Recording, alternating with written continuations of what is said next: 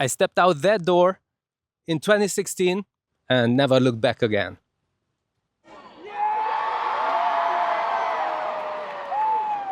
Here's what happened next.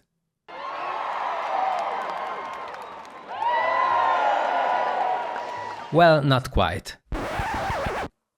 But you know what? Let me bring you to where I used to work.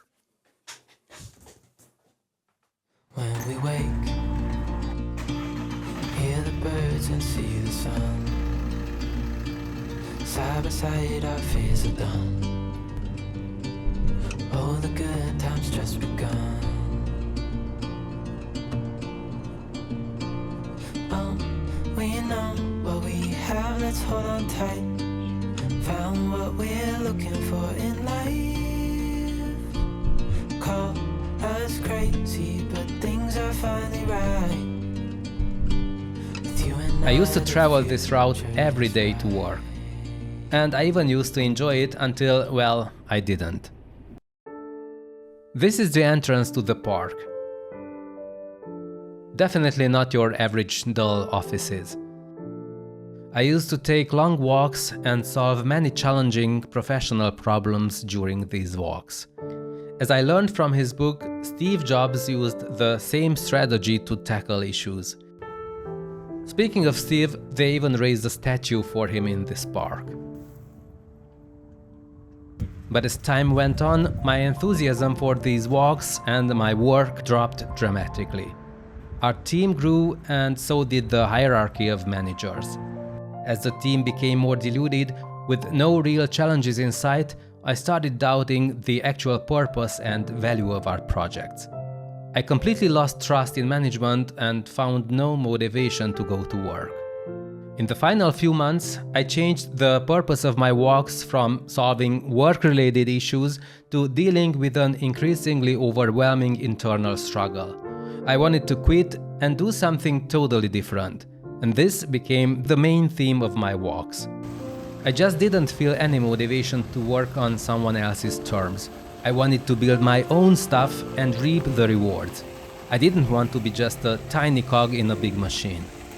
Now, truth to be told, I was earning really well. The benefits were great, top-notch working conditions, yet I didn't want to work there anymore. The urge to start a new chapter in my life had become overwhelming, but I knew I would lose the nice salary, the brand new company car, and all the other luxury shit. The internal battles between my soul wanting to get free and my rational mind longing for security were intense and kept depleting me. Then I saw a video on YouTube. In this video, you see a leopard approaching a nest of flightless baby birds. The nest is high on a steep bank, so the predator approaches slowly but unstoppably. It gets closer, and the unfortunate birds watch in terror. The leopard is just a few steps away from the 5 little chicks when one decides to jump off the cliff instead of facing certain death. During the terrible, long fall, it hits several rocks, spins in the air, and finally lands on a flat rock. It doesn't move. 2 more siblings follow. The crew didn't film everything. Later, I read somewhere that the leopard devoured the 2 birds left in the nest. Of the 3 chicks that jumped out, 2 survived, albeit with terrible injuries. For me, this video brought enlightenment. We must choose freedom. At least this way, we decide our own fate. Even if things go wrong, at least we tried. You see, this bird analogy hit home for me. If I had stayed, I could have easily become just another burnt-out employee who hates their job. Slowly but surely, my fantasies of working on something I actually like and care about would fade away. I'd become yet another corporate drone trapped in a cycle of monotony and unfulfillment. And in my eyes, that's a fate worse than taking a leap into the unknown. So one day I drove home, went out for a run, and texted my manager. I quit. The very next day, I completed the required paperwork and made it official. I was officially out. Did I have a plan? Let's say I had a vague plan of what I'd do for a living. I started making online courses, publishing books, and developing custom apps. I wasn't very picky at the beginning when it came to choosing customers. Eventually, the results started showing. But the first few months were hard. Remember the chart I showed you at the beginning? Well, that didn't happen. Instead, it looked more like this.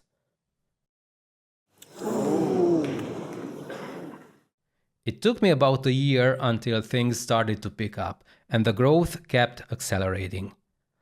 Let me be real with you for a second. Those early days were tough as nails. We started to cut into our savings, which began to decrease at an alarming rate. Plus, some tragic things happened in our family, and it felt like everything was working against me and my loved ones. You know, the kind of struggle that makes you question every decision you've ever made. Would I do it again? Absolutely. Do I regret anything? Definitely not. Well, actually, I do regret one thing. I wish I had quit earlier. If I had created my first course 2 or 3 years earlier, when online learning was just starting, I could have achieved financial freedom more easily. But I cannot complain. I have published around 30 courses on renowned platforms, taught several 100,000 students, sold about 4,000 copies of my books, and built about a dozen apps. I am my own boss. I decide what to work on, when to wake up, when to go on vacation, and how long to stay. No one puts limits on how I live my life. Did all this happen as I planned it? Absolutely not. But the end result is actually better than I had hoped for. The best part has been the journey though. While not without hiccups, I have fond memories of successes, and I even celebrated the failures. There's no way to avoid failures in life and entrepreneurship. They are part of the journey. Once you embrace this idea, things will fall into place. You know, I've always believed that a truly creative person will rarely, if ever, flourish in a corporate environment. My experiences since quitting have only strengthened this belief. The freedom to pursue your own ideas and create without artificial constraints, that's where you feel real joy, purpose, and fulfillment. From now on, I'll post new videos about my future projects, showing the process and the results. Subscribe and hit the bell icon to get notified about these upcoming videos. In the meantime, you can check out this video that shows how I usually spend my days. Now, for everyone out there having similar struggles with their daytime job, here's my 2 cents. Start side projects outside office hours. Set aside some savings and start planning your entrepreneurial journey. Corporate loyalty is a myth. There have never been truly secure jobs. Be bold, but plan ahead. You don't have to jump into the void like those poor birds.